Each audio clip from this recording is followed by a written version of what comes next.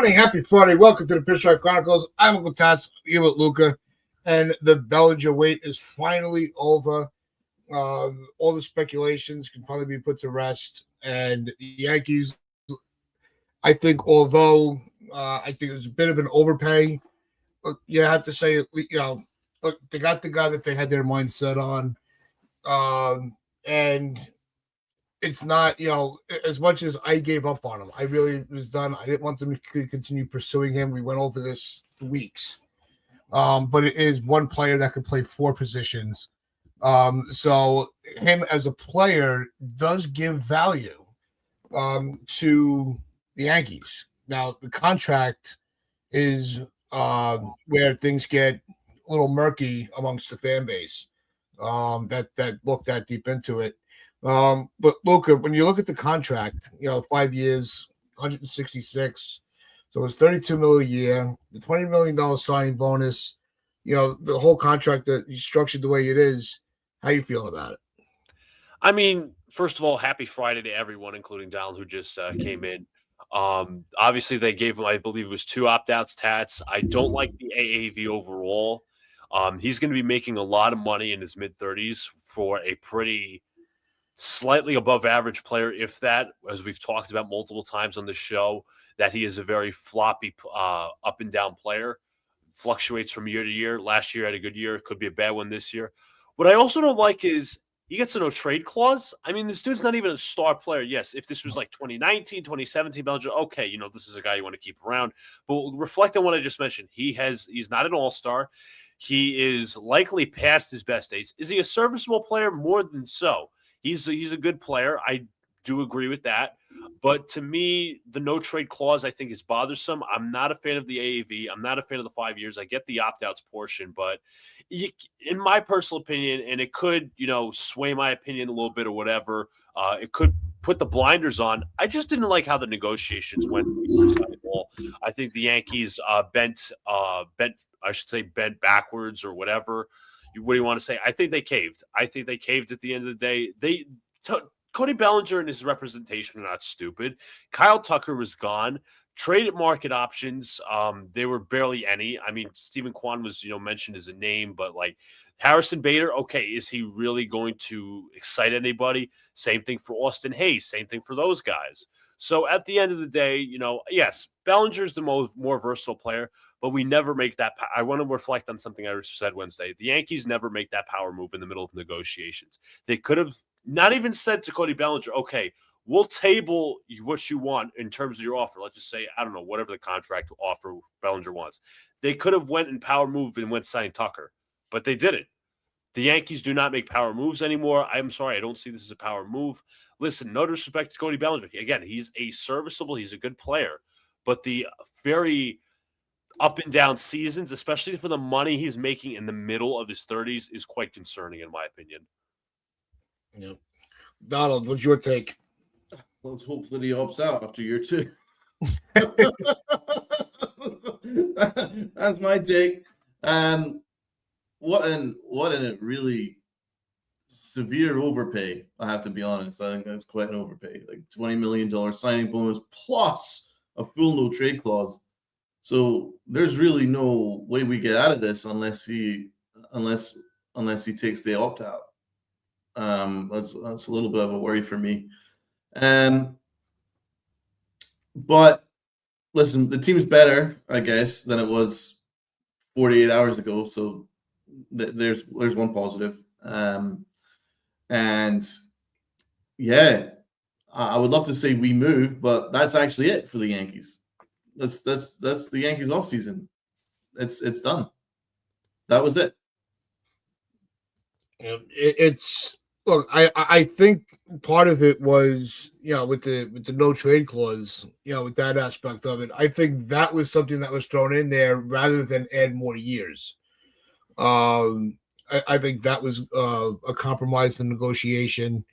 The opt-outs, I think that benefits both parties.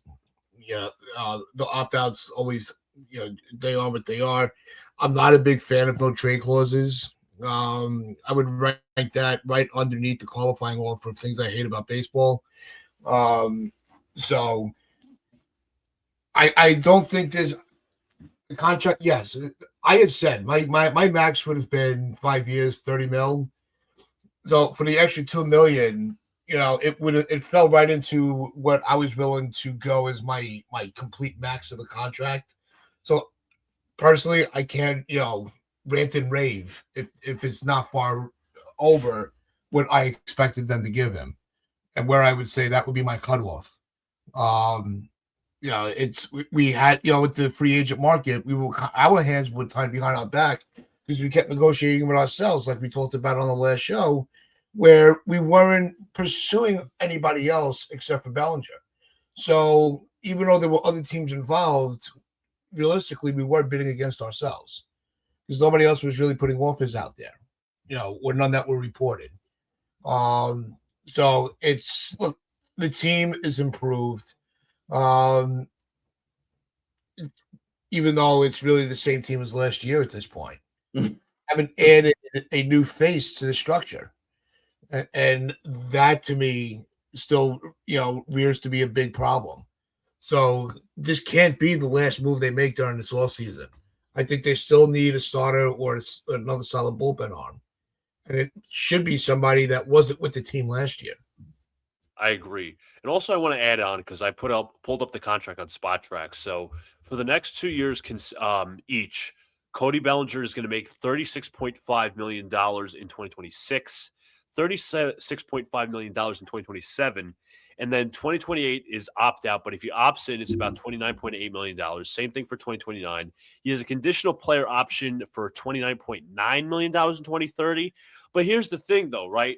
Why would Bellinger opt out? He knows he's going to be on the older side. He knows he's going to decline. He's not stupid enough to where he's going to be like, okay, I'm going to opt for more. I'm going to opt out for more money at 34 years old. He's not that stupid. The representation of him is not that stupid. Boris is not stupid. Bellinger's not stupid. It's I like if it was opt outs like year 1 or year 2, okay, then that's understandable. That he may have a good year. Like, you know what? Maybe I'm worth more on the market, where you could have an ascending contract. But the Yankees chose a descending contract in terms of value, where you're going to have 2 opt-outs, 3 opt-outs, conditional player, when the guy's in his mid-30s and he's going to be past his prime. He's going to have no choice but to opt in because he knows he's not going to get that value elsewhere. Is it all player opt-out or team opt-out? So the first 2 opt-outs are player. The second one is conditional. So full no trade clause, opt-outs available in 28-29, shifts to 29 and this is obviously concern. It shifts to 2029 and 2029 and 2030 if there is indeed a work stoppage of some sorts. Why is it all? I can't even speak. Why are all the shows so happy about this contract? If he struggles at any point, we're stuck with that 5-year contract. Mm-hmm. You're right, because he's not gonna opt out. Oh no! And full no trade clause. Who do they think that they're signing? You know what I'm saying? Like, I give a full no trade clause to like Juan Soto. I'd give a full no trade clause to those kind of guys. You know what I'm saying? Right. Like, literally all stars, game changers. Wow, man. I mean, that's one of the reasons. That's one of the main reasons I was ready to walk away from it, because it was, maybe it's a little, PTSD, with some of the aging players that we've had, like a LeMahieu, where one injury can just derail their whole career, But that can be said for any free agent that comes here, anybody that's already in the organization. We saw it, even in-house, a guy like Greg Bird, one little foot in, nagging foot just completely shut down his Yankee career, and when you get to that, yes, you have to absorb some of the risk when you're bringing somebody in, whether they've been here or not. But it was also dictated by the market. The market was not as strong for the outfield this offseason.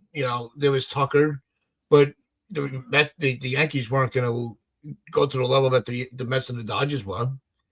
They weren't going to give him 60. That's ludicrous. We knew that as soon as that contract came out. Like, there's no way the Yankees were in a bidding war.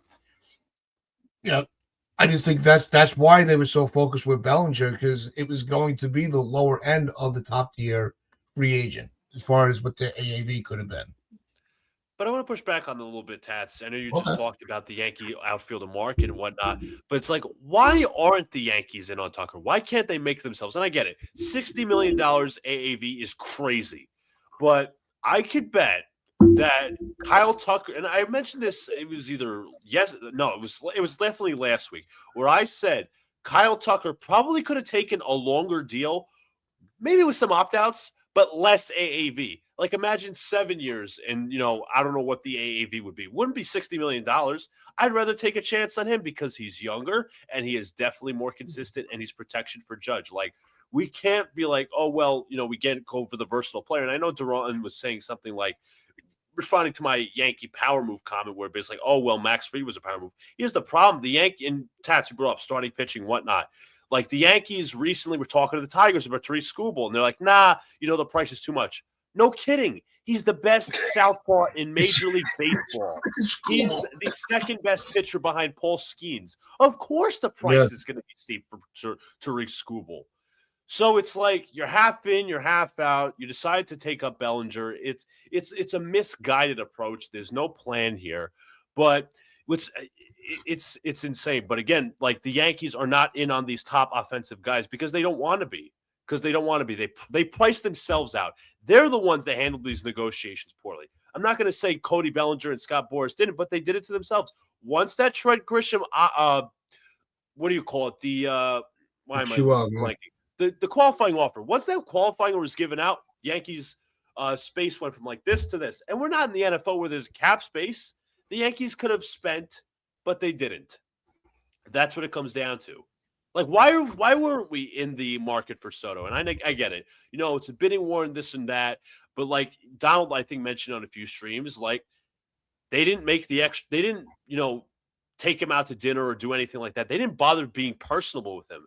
It's like you're taking a girl out to dinner, right? You want to get to know her and things like that, and saying, you want her to get to know you a little bit, but like there's the Yankees are just not in it. It's just simple as that. It's no, and you're right. I'm sorry, Tats. We also missed out on Peralta. I think we'll have to discuss that. No, we're gonna get. We're definitely gonna get into some of the other moves that were made because in New York, especially in the New York baseball market, it was a busy 48 hours for these teams. But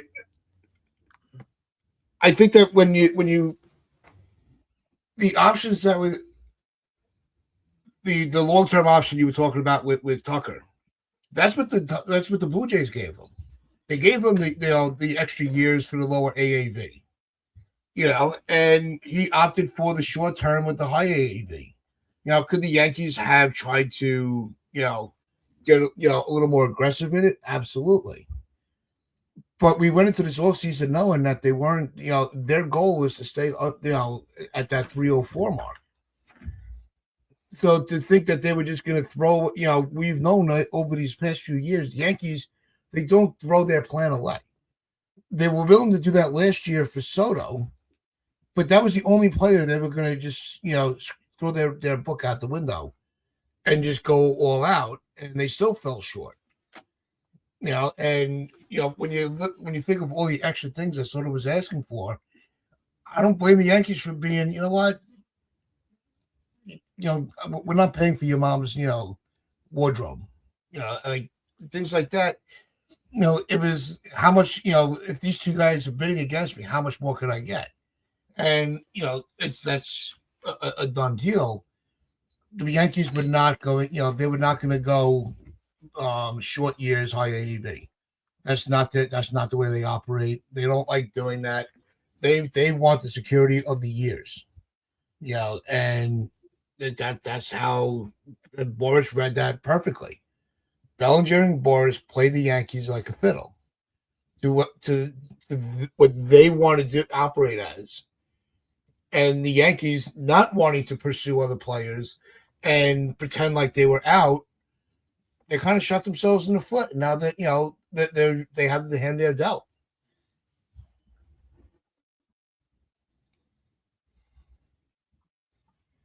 Donald, do you have any response?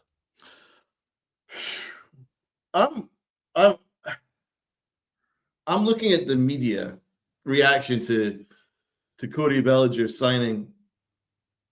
I'm just trying to get my head around why there's so much like high-fiving going on. Do you know what I'm saying? A lot of patting on each other on the back, going, "Oh, great job."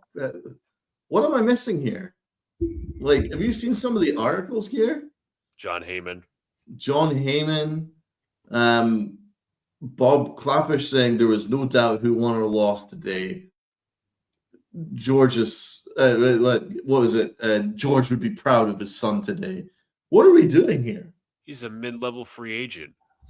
Yeah. Right. He was the last guy. He was barely a high tier free agent. He was the bottom of the top. So it's Very well put. Look, I can't be mad at the players back. He played really well. Was his postseason struggles due to what, that little injury that he had with his foot?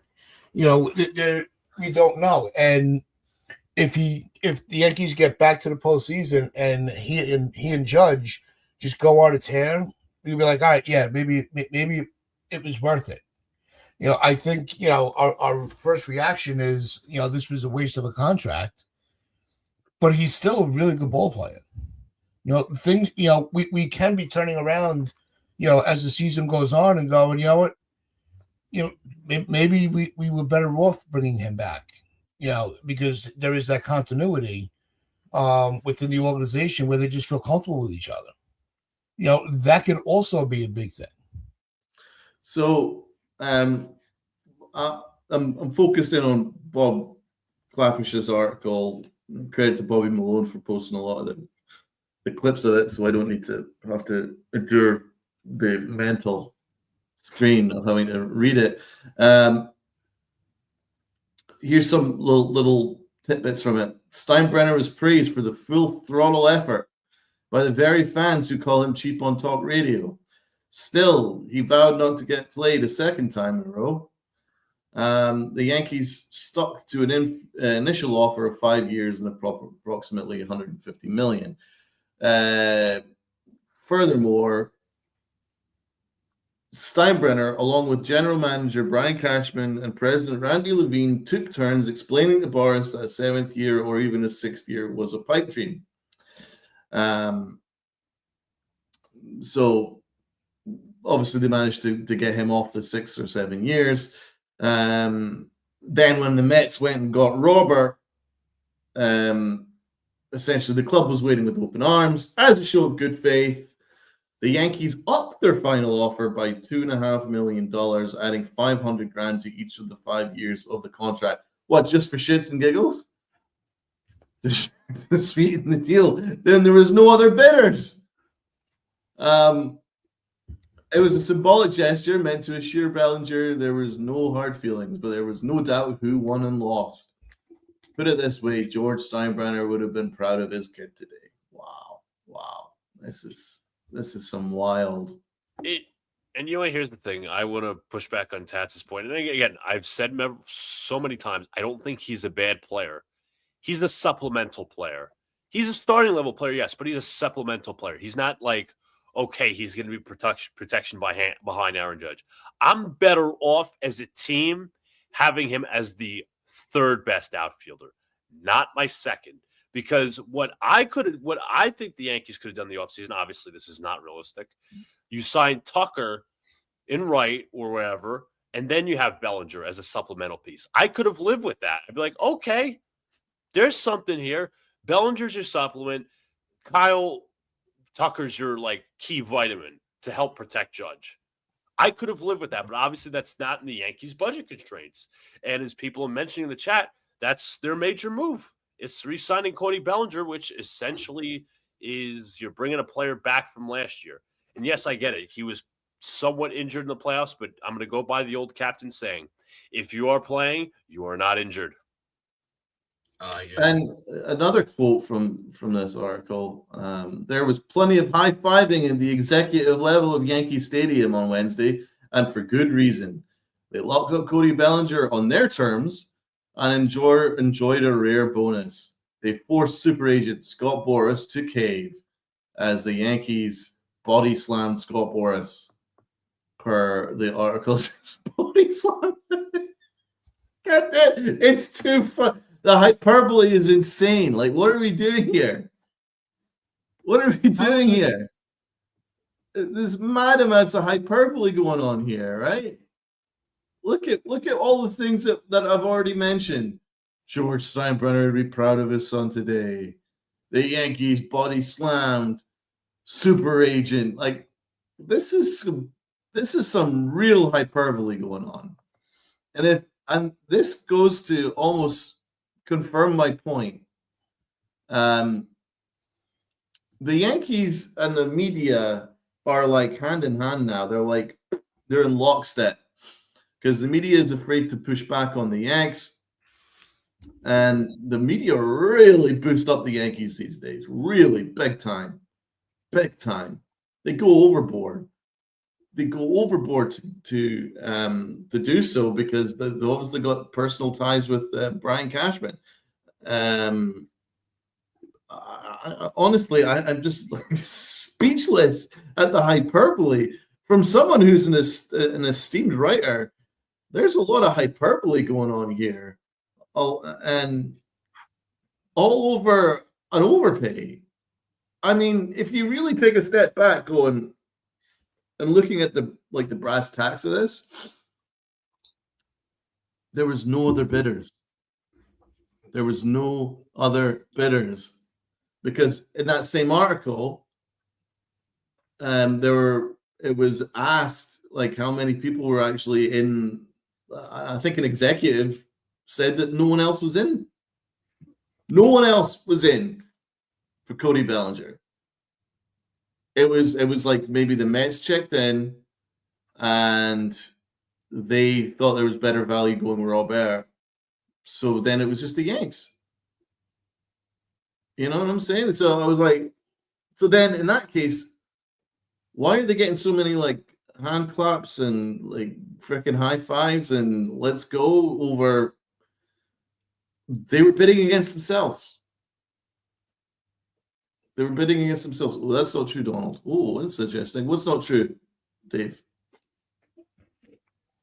The Mets were smart. They took I mean, I know Robert. I don't think he had a great season last year, but number one, he's younger. Number one, number two, it's a low risk, high reward deal. 1 year, $20 million. Who could go wrong with that? As opposed to signing Bellinger to a long term deal. Again, we talked about on Wednesday how it was a possibility that the Yankees would inflate the price for other teams, and they would be stuck bidding against themselves, which was the obvious scenario. That was the obvious scenario. Yankees bidding against themselves. Mets had a backup plan. Jays, I mean, yes, they didn't sign Kyle Tucker, but they added more bats this offseason. They added Okamoto. They made some moves. The Dodgers, I mean, you tell me you can't do the Kyle Tucker deal with deferrals? We never do deferrals. We like opt-outs, okay, fine. We never do deferrals with players. Why? Well, because one with deferrals, part of the rules that that are in place is if any money that you defer, you have to already have that money available. So that was something that when I was taking a deeper dive into some things with the Dodgers, they had to take all of Ohtani's money and put it in an account. So God forbid, that their whole company just collapsed. That player's money is still protected. It's separate from their financial group. They have to do that with every deferred dollar. Now the interest on it, they were able to pay. It doubled and tripled its money already. That's just how smart they are. Yeah, but so that is also part of the factor with the deferred money. They can't just hope that they have it when it's due. They have to already have it. Well, Hal already cries about bondsmen and paying New York, so obviously that's not feasible. Well, I want to jump on this here. There were other bidders. He wasn't willing to take a low number of years with a high AAV. Well, according to the same article that I've been quoting, says here in a paragraph, turns out there were few takers. One MLB executive went as far as to say, when Boris hints at 8 interested buyers, it means he has none. The executive was smiling, but he's not entirely kidding. There was no other market for Cody Bellinger. Dave, stop. Come on, man. Let's be honest. There was no other market for Cody Bellinger. It was the Yankees. Well, gotta cut in with this. Felix, again, always coming through. Thanks for the $2 super chat. You feel we got fleeced or did we just overpay? I think we overpaid. I don't think it was that we got fleeced. One, if we did, we fleeced ourselves, right? Because we created a market for Bellinger that really wasn't there. Because teams were not tripping over themselves for Bellinger.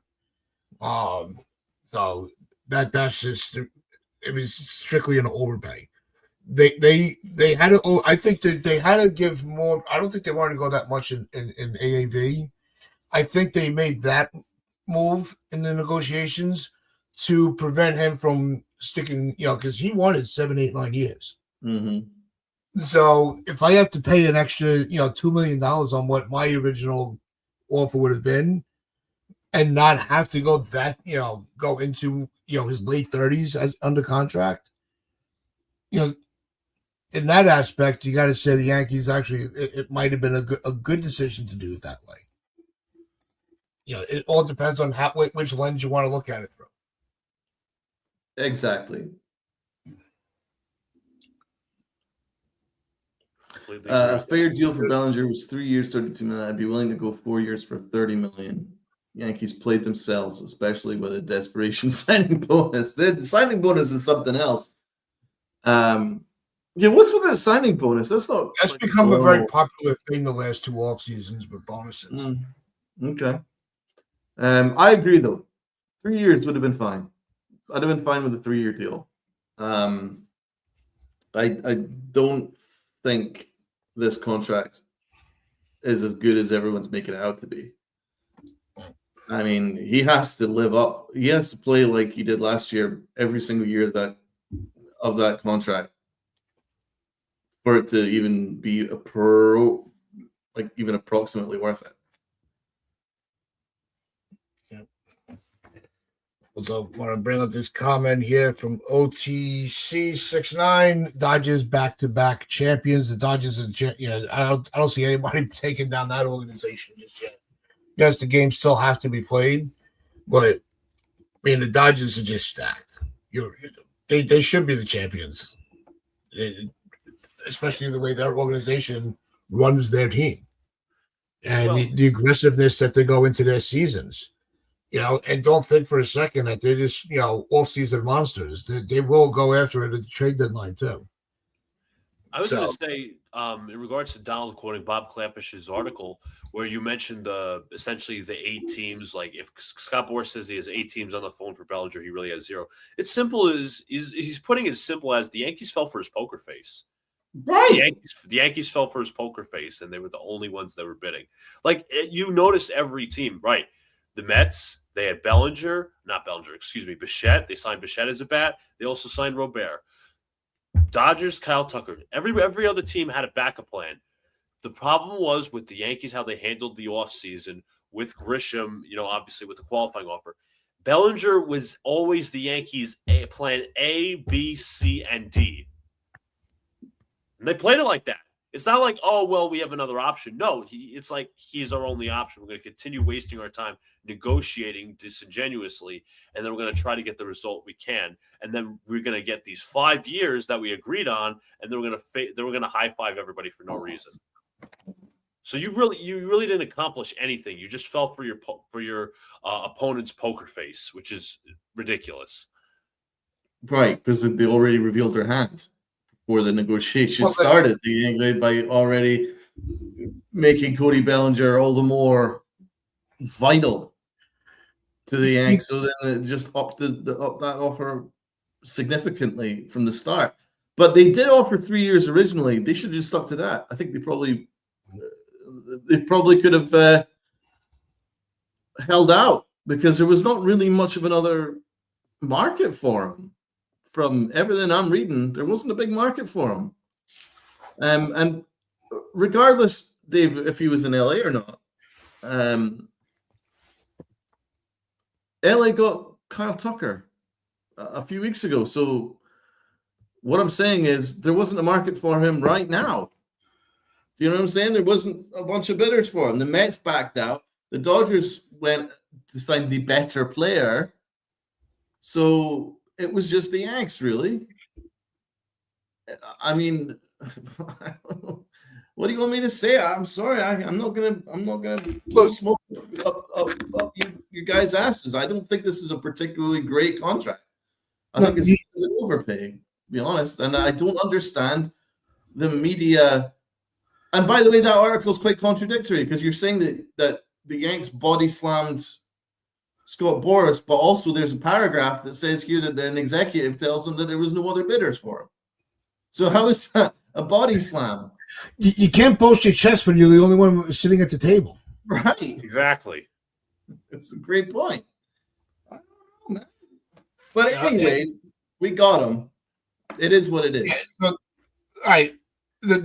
Now, let's talk about the value of Bellinger outside of the contract in itself, and what this can mean for how this lineup can look like, and the positions that he can play.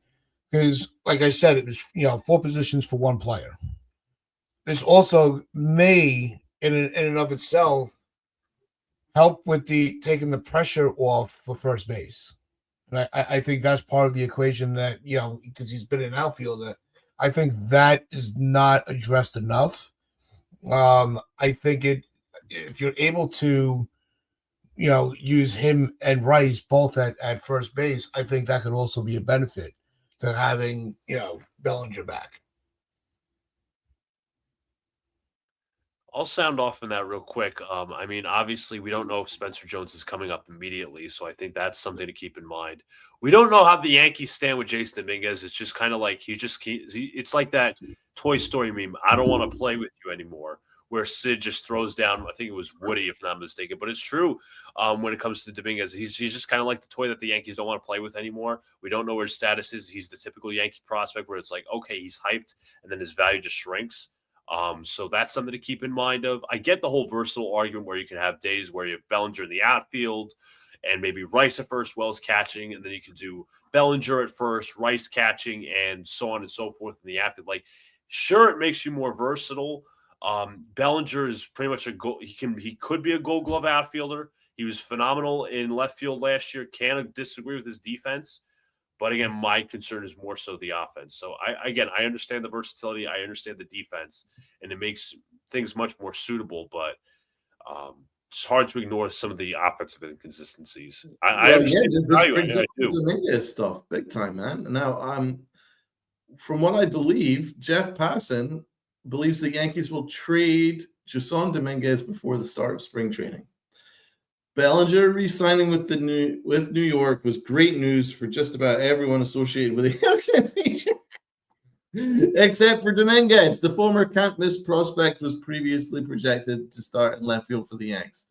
Now that job belongs to Bellinger, dislodging Dominguez from an everyday role, hitting Dominguez's speed and ability to hit left-handed against right-handed pitching could make him an asset off the bench, but he's a poor defender. The Yankees clearly don't believe he's a big league center fielder, and he struggled mightily in left field, and he hasn't proven he can hit right-handed in the majors.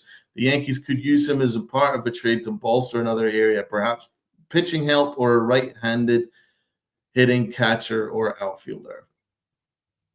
So that's an article from Jorge Castillo on ESPN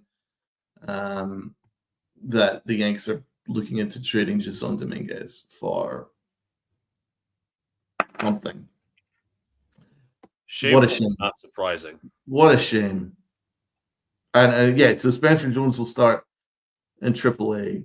What a shame. If they do trade Dominguez, what a shame. Because you're going to get pennies on the dollar for him. You're not going to get maximum value for a guy who was considered the Martian at one point. That's why it's such a hypocritical. There's such a there's such a self-destructive organization. It really, they have their player development, or the way they utilize the player development once they get to the major league level is completely atrocious.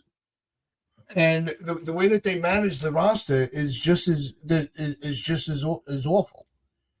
You had Dominguez ready to go, but nope, that played Verdugo, even though he was doing jack shit. Right. But you gotta play the contract. Because they didn't have him that long, so they wanted to get everything they can out of him. So it's another guy that got yankified. Here we are again, and who knows who's going to be the next one? God forbid Jones is the next one. They cannot get out of this trap that they set for themselves. And by the way, Spencer Jones is going to be 25 in May. Yeah, and he's going to start the year in AAA. By the time they call him up, you'll have the 6 years to get free agency. You'll be 37. It'll be 37 before he gets out of his rookie contract. Give me a break, man. This is not great. Terrible. It's not surprising either. Like the Yankees really think that these teams are going to trade or value Jason Dominguez like he was in 2023 when he started off on the hot streak, or even when the kid was just coming up on as a hot prospect. Again, this is the same thing over and over again. I'll bet, as I said earlier, I think the Yankees, I don't know who the stopgap is. Let's just say they will stopgap Spencer Jones. They will give Dominguez the minimum playing time and then trade him for scraps. That's the same thing they did with Oswald Peraza. Same thing they did with a little bit of Austin Wells with Jose Trevino playing too much time, and so on and so forth. It's just a mistake. It's just a mistake that keeps repeating with no self-check whatsoever. No evaluation of the process. Great. You could be great in AAA and AA and hit as many bombs as you want. I'm worried for Lombard. I'm worried for Spencer Jones coming up. Simple as that. Because the way they handle these prospects is absolutely nefarious. So let's talk a little bit about what the Mets did. Because I'll be honest, in my opinion, 1 year of Robert and the Freddie Peralta trade is better than the Yankees just simply signing Cody Bellinger. That's my personal opinion. I think the Mets got significantly better. That is a hell of a trade, Freddie Peralta. And then the Yankees' backup option, Mackenzie Gore, got traded as well. So the Yankees' starting pitching market is looking grim now. And that's what you get for sitting out the entire market, just praying for Cody Bellinger. They've done this to themselves. Good job, Yanks.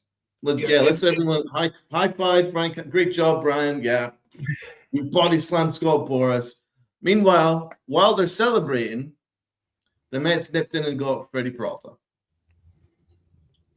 One, I agree with Healing. I think Texas got fleeced for Gore. That was a hefty haul. But as far as with the New York market, like I said on our group, our private chat, Stearns is out GM'd Cashman this offseason by 5 miles. While we were waiting for Bellinger to make a decision, they enhanced their pitching, enhanced their Devin Williams. All right, that's a toss of flip of the coin. Bichette. Now they got Peralta.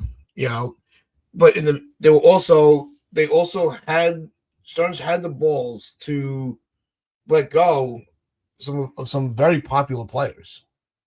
Yes. Especially with Diaz and Alonso. And Nimmo. And they traded Nimmo, McNeil, they tore their core down and rebuilt it. And that is in the New York market, that is not always a safe move. But they actually pulled it off. They actually got it better. So I mean, the Mets. I think that they can be like with they can get to the Dodgers. Dodgers are they're in their own fucking stratosphere. Yeah. Yeah, it's the Dodgers versus 29 other teams at this point. But the Mets were able to get one more decent guy in the rotation. I think they're gonna be legit. Well, for the Mets side of things, it's the way I look at it is I think they're a high floor team.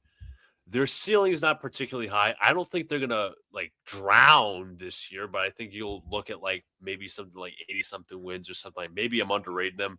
Obviously, Tats pointed out the moves. They signed Jorge Polanco. He's going to take over for Pete Alonso. He's a very good bat. Although he's never hardly played first. Marcus Semien you signed for defensive purposes. Obviously, you have Lindor at shortstop. You have at third base. You have Bo Bichette. So you have three added offensive players. One more so for defense. But the thing is, with Bichette at third, he's not a great defender. You have Lindor, who's going to cover that up. And then you have two offensive pieces on your left side of the infield. And Polanco is going to compensate for Semien offensively, and Semien's going to compensate for Polanco defensively. I know first base is obviously a very integral position, but then you go to the outfield. You have Soto. I forget who their other outfielder is. And also as well, they just signed Robert, as we talked about. But obviously their starting rotation leaves a lot of question marks, like the Yankees. I don't know why people are coming out here and saying, oh, well, if the Yankees rotation was fully healthy. No.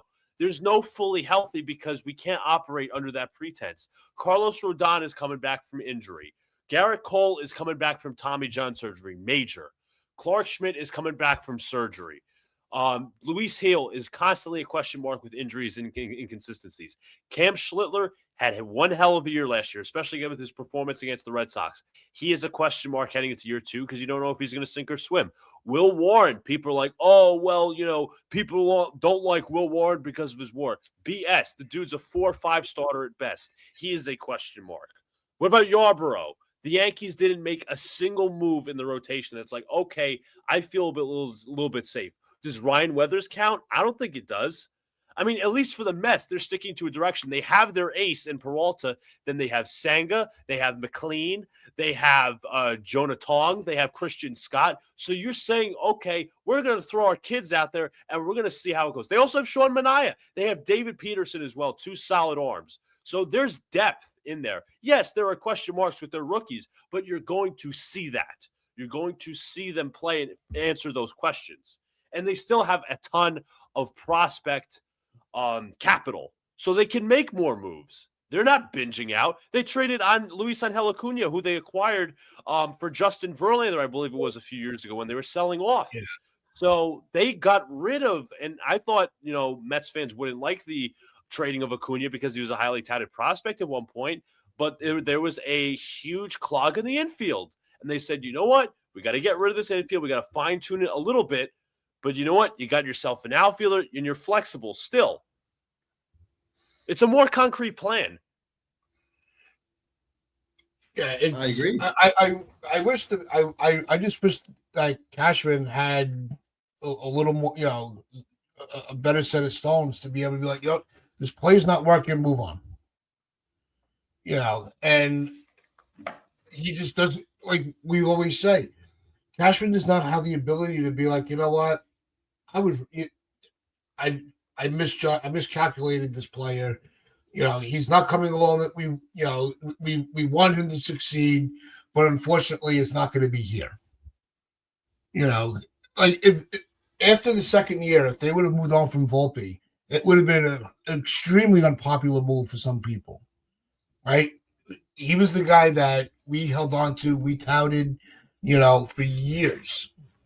Along with Dominguez, we passed up on so many guys because we had these, these 2 particular guys in late. We have Peraza, Frazier. You can go all the way back. We've gone through all the hits and misses, swings and misses since 2017, and all the past missed opportunities. Stearns comes in to the same market, does what Cashman should be doing, and he's looking like $1 million for it. It's amazing. Duran, I'd like to think that Cam Schlittler is an ace, but we don't know that yet. We've seen starters taper off after the first year. And listen, the Yankees' best aspect is their pitching development, no question. But we just don't know. Like, he had as I said, phenomenal performance against the Red Sox. There is no doubt about that. But we need to see year 2. That's the issue. We're relying on a bunch of question marks besides Max Fried. Cole, question mark. Rodon, question mark. Schmidt, question mark. They're all injured. They're not question mark. They're just injured. Yeah. It's the truth. So like, if that's what I find really funny is when I'm hearing you saying that the Yankees have got the best rotation in baseball, if not ever, when healthy or if healthy. Well, healthy is a pretty big caveat to that, considering we start the year with 3 of our top 3 pitchers injured. So it's a question. It is a question. And Weathers has an injury history, by the way. Clark Schmidt is injured. There's a lot of injuries that we have to deal with here. I don't think we're going to see Clark Schmidt at all. I think at best you'll see him in August, right? Probably the case. Cole, I don't question. Cole is an absolute lion. He will come back, and he'll probably come back a little earlier than normal.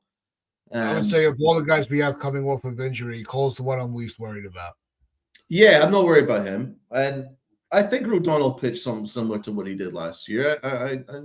I like Rodon a lot. I think Rodon's great, but they're still both hurt. And then Schmidt's badly hurt, so that's 3. And then Louis Heel has an injury history. He gets hurt a lot. And now Weathers is another one with another injury history. So dude, I've just named our starting 5, and they've all got serious injury histories attached to them. Well, the only one that really doesn't is Warren. Warren stayed healthy. Is one of the few guys that stayed healthy the whole time. Right, he's going to take the ball every time he gets the call. And that's where I kind of leave Warren alone. He's not supposed to be our ace. He took Jordan Montgomery's spot in the rotation. He's the back end of the guy to give you a solid outing, eat a couple of innings, give your bullpen some rest for the ace. So that's just the way it is. With Cole, I hear a lot of people. Well, he may have lost some velocity. He may, of course, it's going to take a while for him to shake some of the rust off. Absolutely. But if you've watched Cole throughout his career, the guy is a freaking. He's a baseball savant. He studies every little thing. He's going to know exactly what his body is capable of. He's not going to feel like he has to come back and prove something. I think that's why Heel had a lot of hiccups in his return, his coming back. He wanted to reestablish himself as a top of the line guy, where his body's like, look, we're not there yet.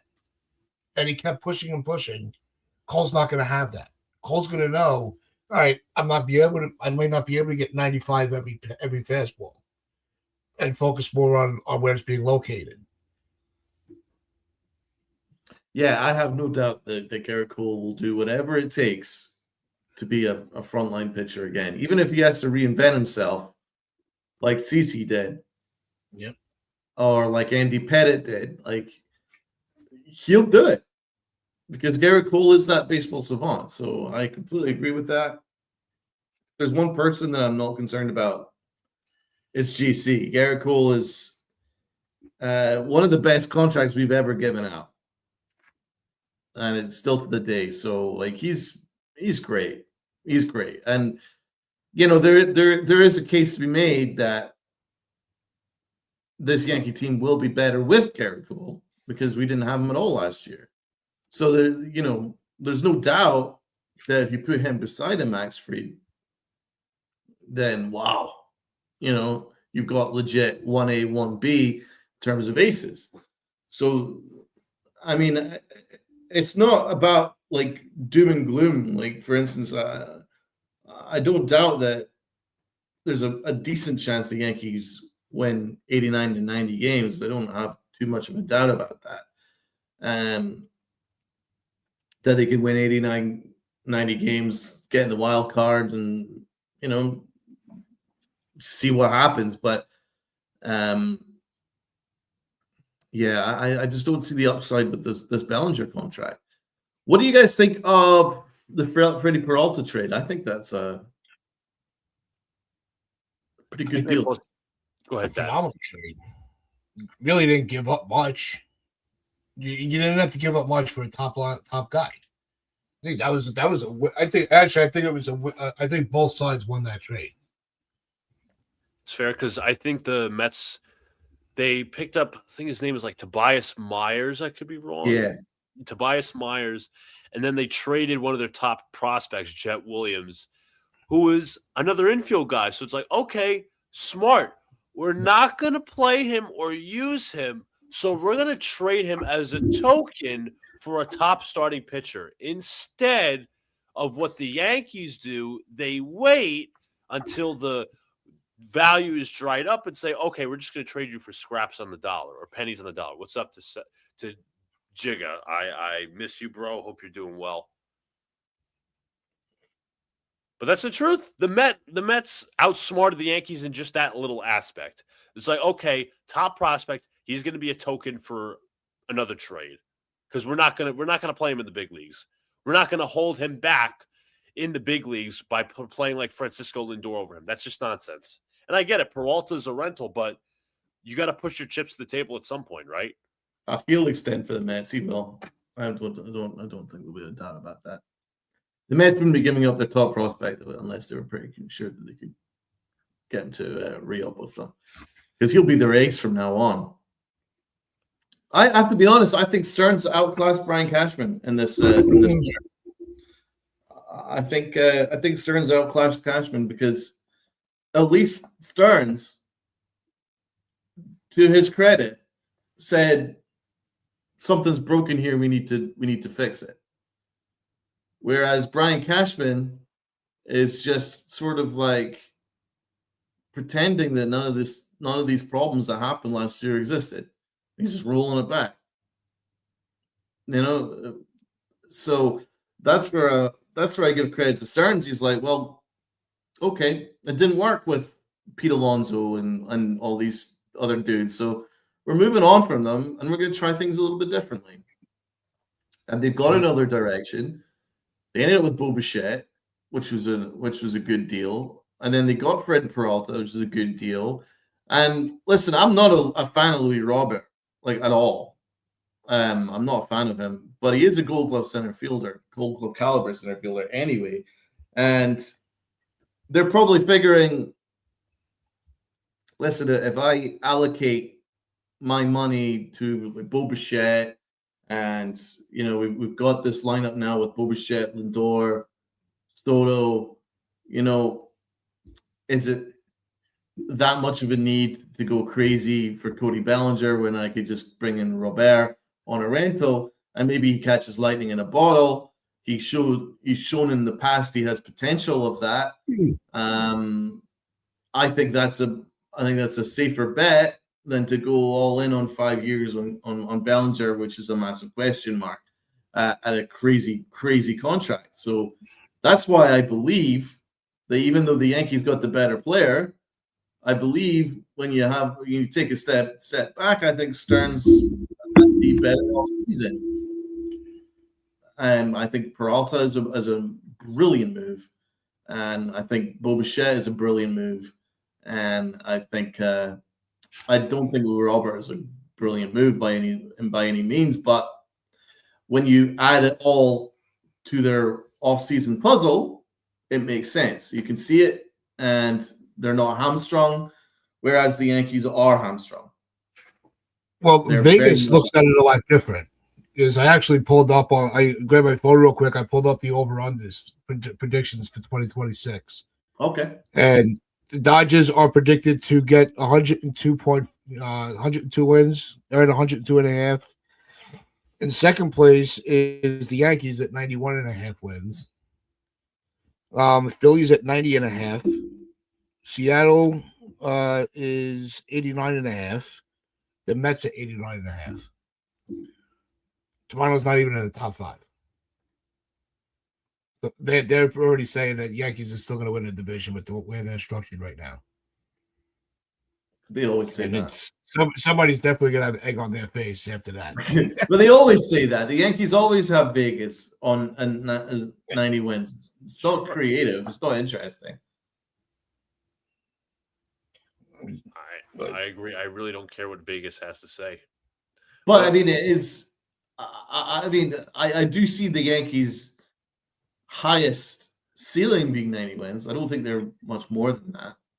No, but I don't see where they're structurally better. Better than I still think Toronto is going to win it. I don't think the Yankees have surpassed Toronto. No, not at all. Like that's the part of it that really shocked me with this, that they have the Yankees winning the division. I'm like, have they been following the offseason at all? Did they see the Yankees play throughout the year? Even if they're able to tread water until these guys get healthy in June, we all know the June spoon is going to come. That's a tradition. They don't know how to play baseball in June. So I don't think it's going to be that by that much. They might by 8 to 10 games. No, it's not. They're not that much further ahead of us, but they are ahead. Yeah, I think there's a lot of parity in the American League East. So I think what's going to happen is we're all going to beat each other. But the Yankees traditionally have struggled against teams within the American League East. That's why I don't think the Yankees are going to win the division. I think it'll be Toronto, and I think the Orioles will take a ton of games. Will take some games off us. Like Boston will take a bunch of games off us. Tampa always takes games off us. So that's why I just don't see us winning the division, because we last year, look at our record against above 500 teams. Look at our record against teams in the American League East. We struggled, and we've not improved the team. We've not improved the roster one iota. Not one iota. Not even a little bit. It's exactly the same team. So it's hard for me to foresee that we're going to suddenly take this jump, especially when we've got Aaron Boone as our manager. I agree. And we're also relying on a lot of hypotheticals. A lot of hypotheticals. Trent Grisham has to basically replicate his production or similar to last year. Cody Bellinger has to have the same year as last year. How many? Listen, we all love Aaron Judge. How many years are we going to have more of him where he's just putting up A-Rod Griffey-esque numbers? Yeah. Ryan McMahon, okay, he's very good defensively. I'm not going to debate that, but whoever's at shortstop needs to be a power hitting shortstop. I'm sorry, Caballero.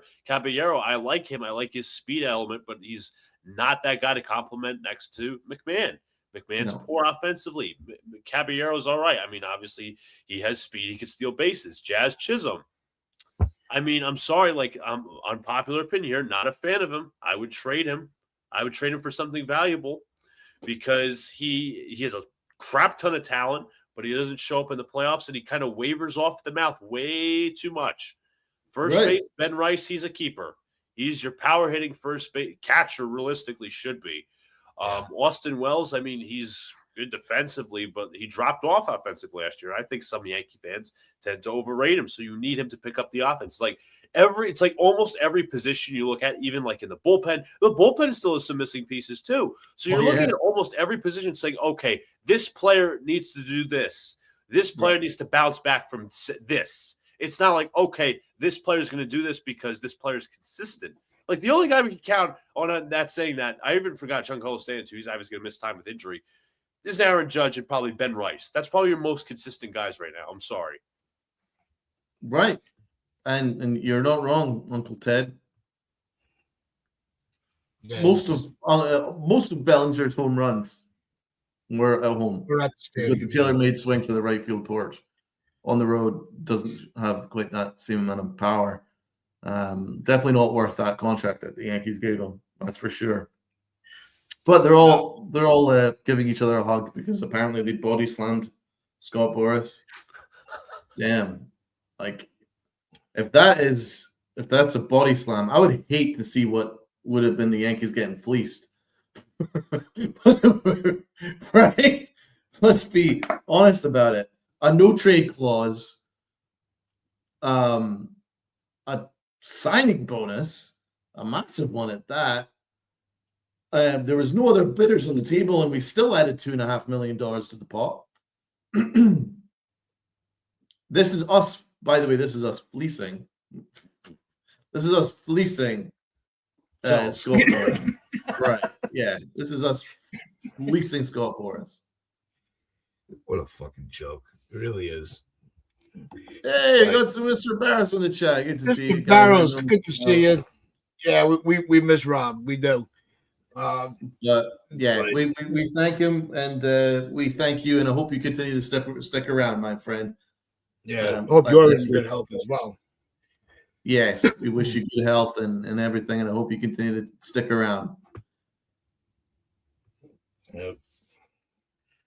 Yeah, everybody hit the like button. Please hit the like button. I was about to say. What happened to Rob? Well, you know, he's got work opportunities. Rob got a promotion at his job, and he's at work during our time slot. And you've decided to move in the direction of my man. Look over here who's been killing it. So everyone. Would you guys do this? Mets Fanston says, would you trade Jazz for Ketel Marte? Yeah. With the question is, would the Diamondbacks do that? No. He's got a no trade clause to the Yankees. Yikes. Yeah, he's got the Yankees on his no trade list. So. I forgot about that. You're right. I forgot about that.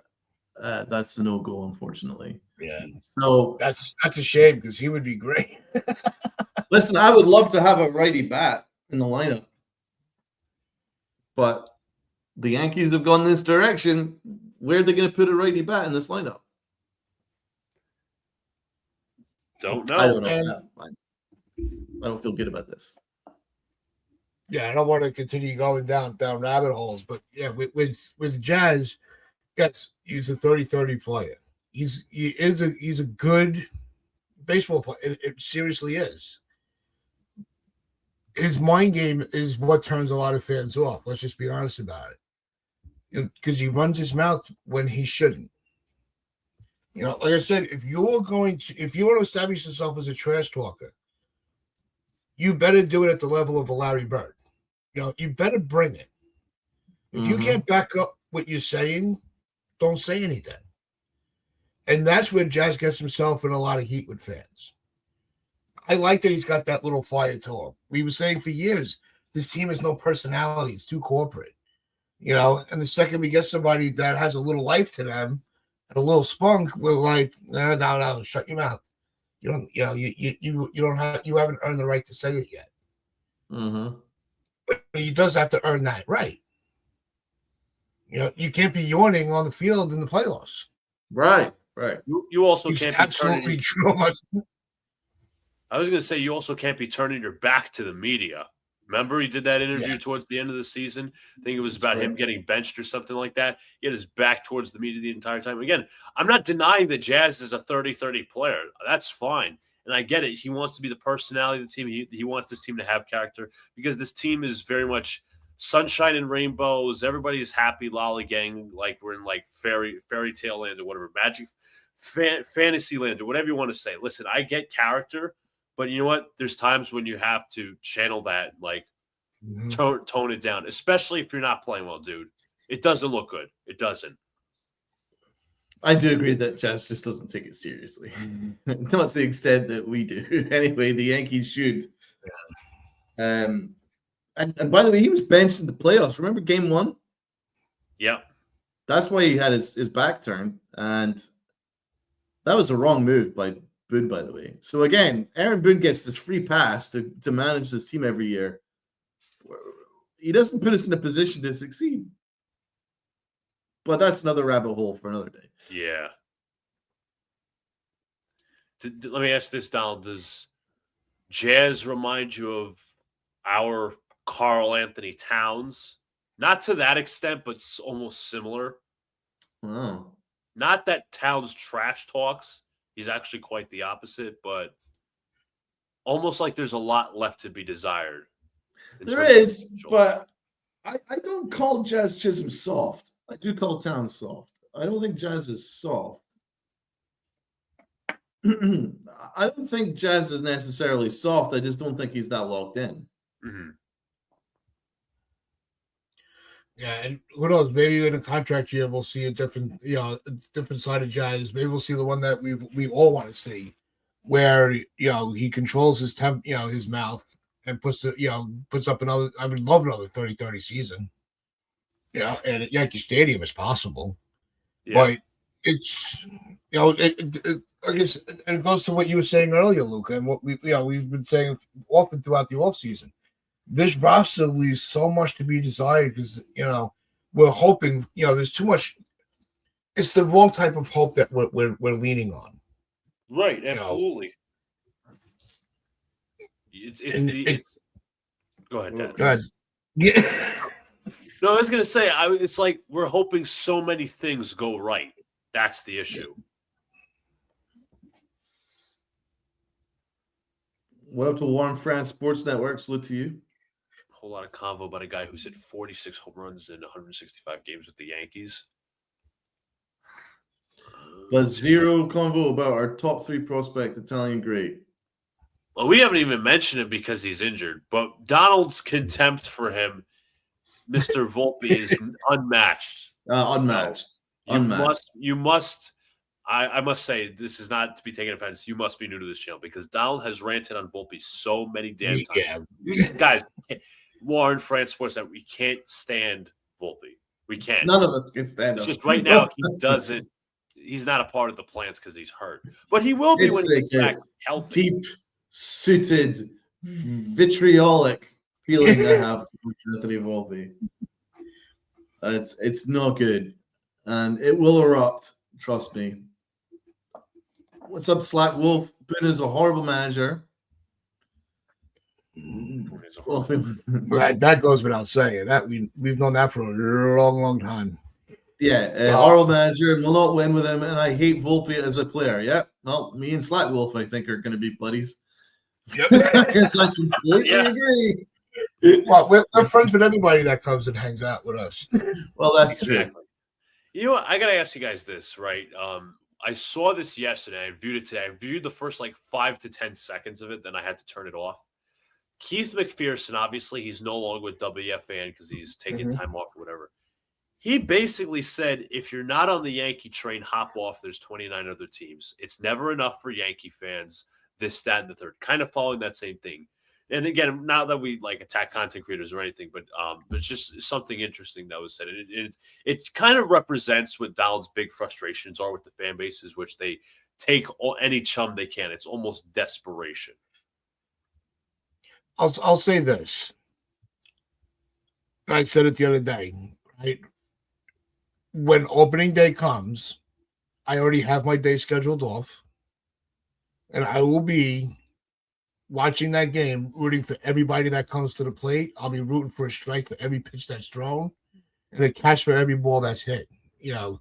I am not going to. I will never root for this team to lose. If the Yankees lose, I will call out any player that led to that loss and will celebrate any player that leads to a win. I do root for the uniform. When Volpe comes to the plate, I'm going to hope that something good is going to happen. I'm not going to be like, I hope this guy falls on his face so we can trade him. So we can just be done with him. Nobody, Donald wouldn't even do that. Donald even wouldn't do that. I love that you had to add even. It's always about the uniform and the team that you root for. It's not specific to the player. Some of these players absolutely drive us crazy. And some of these players are the reason that we turn the TV on every game. It's a give and take when you're a fan. That's why it's actually called being a fanatic. It's almost like you're a sports lunatic, and we all are. But I think he represents a lot of the Yankee fan base, the younger ones, and I'm obsolete from this. as well as my brother and a few others, that are just like happy with anything that happens in the organization. Like Keith, I've probably seen Keith criticize the Yankees before, but it's like we're settling for the bare minimum just because. I'm sorry, our expectations are higher.